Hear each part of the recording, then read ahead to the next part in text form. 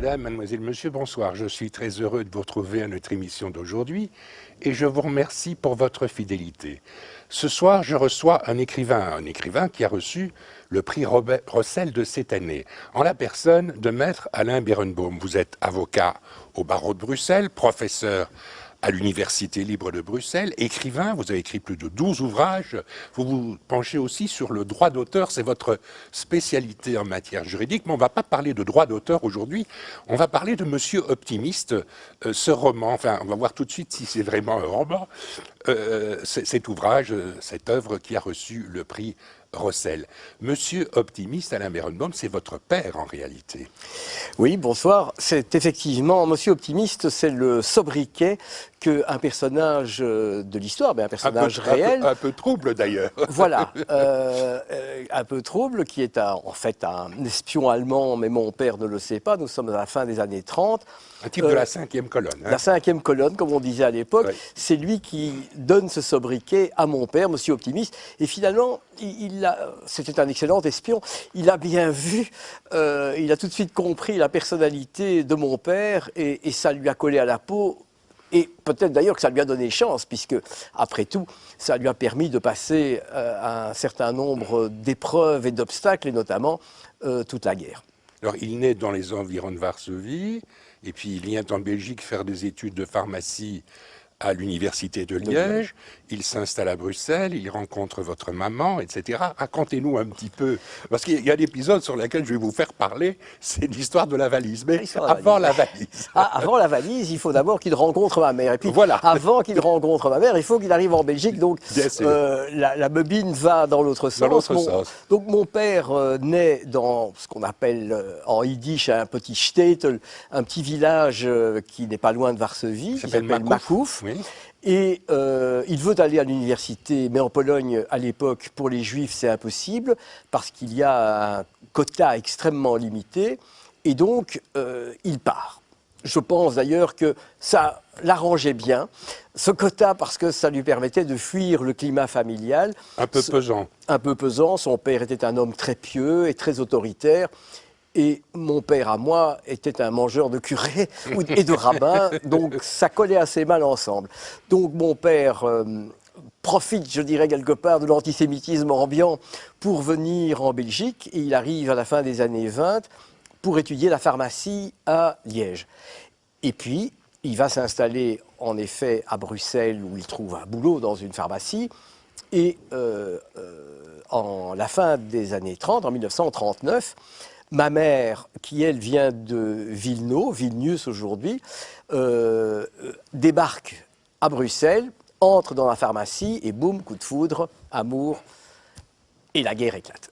Je voudrais revenir sur un tout petit épisode qui se situe aux alentours de Liège. Si mon souvenir est bon, c'est à Verviers. Racontez-nous un petit peu ce que votre père faisait à Verviers. C'est assez drôle. Oui, alors donc mon père, lorsqu'il arrive à Liège, connaît quelques mots de français, mais très peu. Il n'a pas beaucoup d'argent, et ses parents ne sont pas très riches, donc il doit travailler. Mais quand on est polonais, qu'on parle que polonais, c'est pas très facile de trouver un boulot. Il trouve le boulot idéal, c'était une petite annonce qui avait été passée par un magicien qui travaillait au Grand Théâtre de Verviers, qui existe toujours, le Grand Théâtre de Verviers, mais plus le magicien. Et mon père a alors été engagé comme aide par ce magicien. C'était le kidam, honnête, qui chaque soir montait sur scène pour dire à l'Assemblée, oui. Aux spectateurs, oui, il n'y a pas de truc, tout va bien, les nœuds sont vraiment des nœuds, et la femme coupée en morceaux a vraiment disparu de la caisse.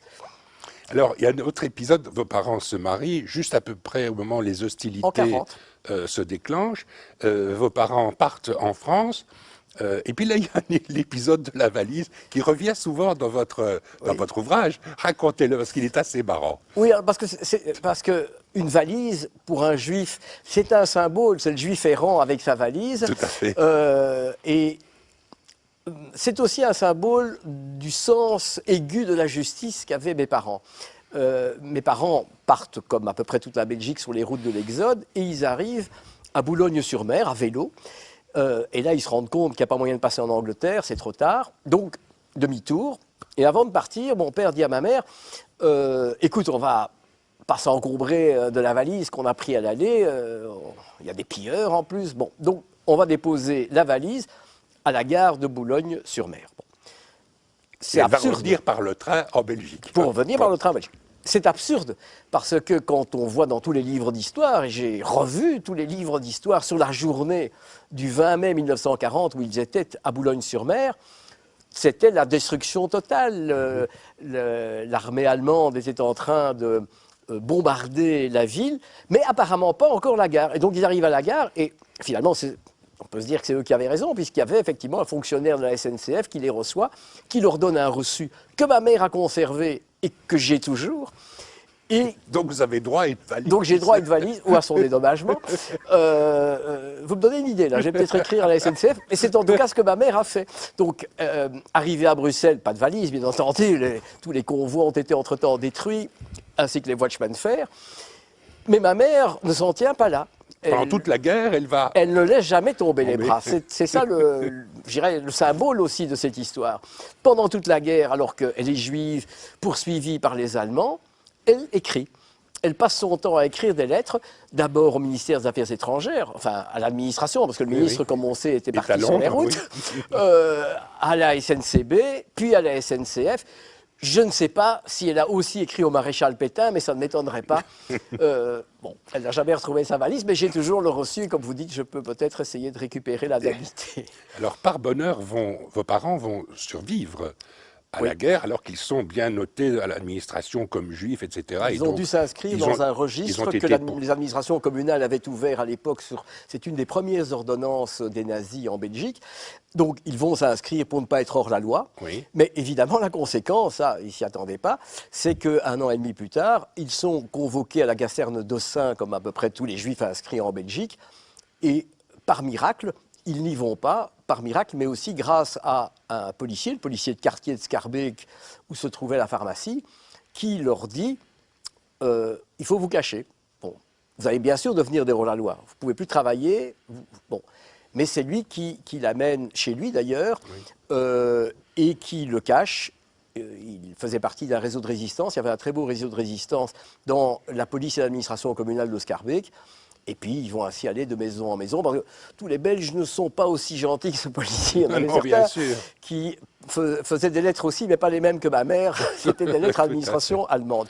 Bon. Mais votre grand-mère, qui vivait toujours à Makouf, près de Varsovie, elle aussi va survivre à la Seconde Guerre mondiale. Alors, c'est la série finalement, d'aventures de Monsieur Optimiste, et qui montre bien que le titre était celui qui convenait, puisque ma grand-mère, la mère de mon père, elle reste en Pologne. Elle est donc enfermée au ghetto de Varsovie, comme d'ailleurs le reste de la famille. Et c'est la seule qui va survivre. Elle va être de ces quelques centaines de personnes qui parvient à s'échapper par les égouts et qui va survivre chez des paysans polonais. Et en 1946, mon père la retrouve grâce à la Croix-Rouge. Alors votre père la retrouve, votre père qui lui n'est pas très sioniste, et je crois que votre grand-mère ira vivre en Israël, mais votre père qui est le fils d'un juif très pratiquant n'a pas du tout ces idées-là.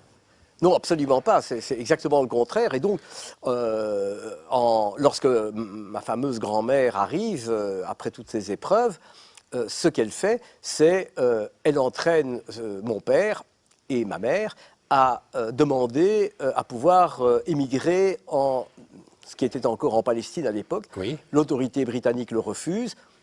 Mais elle part et ira vivre et terminer ses jours d'ailleurs en Israël, alors que mes parents resteront, eux, en Belgique. Et vous naîtrez en Belgique. Voilà. Et je serai donc le parfait Zineke et non pas le parfait israélien.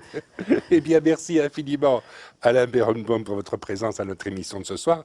Je rappelle que vous avez reçu le prix Rossel pour Monsieur Optimiste. C'est un livre amusant, c'est un livre qu'il faut avoir lu. Merci beaucoup pour votre présence. Madame, mademoiselle, monsieur, merci beaucoup pour votre attention.